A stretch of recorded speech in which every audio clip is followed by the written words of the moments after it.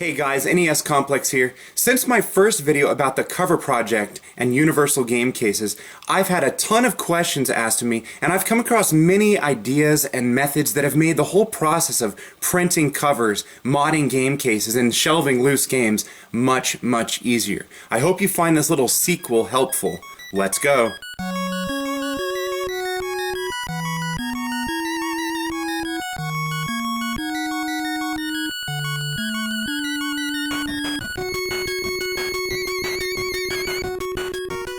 I started printing my inserts from PowerPoint.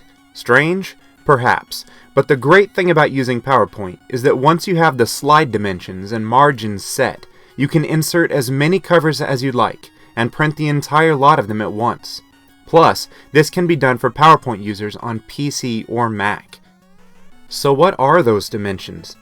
In the page setup, slides should be set to a width of 11.11 inches and a height of 7 inches. Also, you should set the orientation to landscape. This of course doesn't fit on standard computer paper.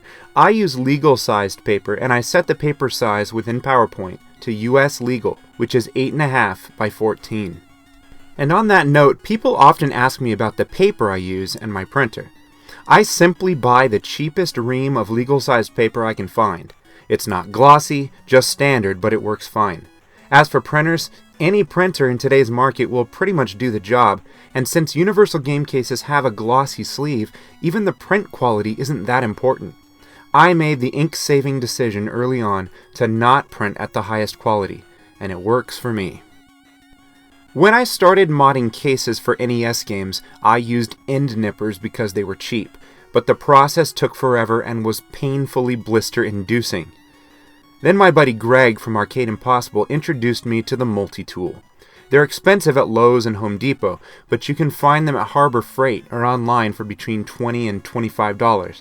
This magical little tool zips through the plastic, and while it sounds like a jet engine, and it's very messy, it only takes about 20 seconds to modify each case. One unfortunate reality is that MediaShelving.com, where I buy my cases, doesn't ship internationally. People sell them on eBay for ridiculous prices, and there are some websites that do ship worldwide, but they're also rather expensive. I'll post links to such sites in the description, and if you know of any other sites, let me know and I'll add them to the list as well. I do know some gamers have attempted to solve this crisis by using the thicker multi-disc DVD cases and have fiddled with the insert cover dimensions to fit them.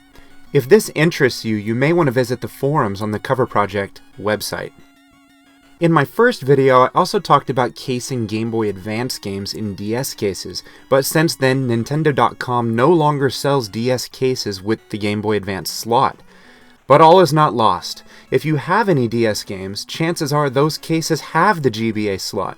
I simply ordered the new slotless DS cases anyway and switched them out with my old DS games. Now I want to just give you a fair warning. Think carefully before you begin this process. It's a serious time, money, and space commitment. As much as I love the way they look and how they protect games, I must admit that there are times I've wished I had stayed simple and just let my games be free and naked on the shelves. I hope this video has been helpful and possibly inspired you to shelve your own games. Also, I want to thank those of you who've added to the Cover Project's database by uploading NES box scans. Tons of new box arts available since my first video, so keep it up. If you have any questions, I can try to help you, but I highly recommend you explore the forums on thecoverproject.net, and I'll put a link in the description. Anyway, thanks for watching, and good luck.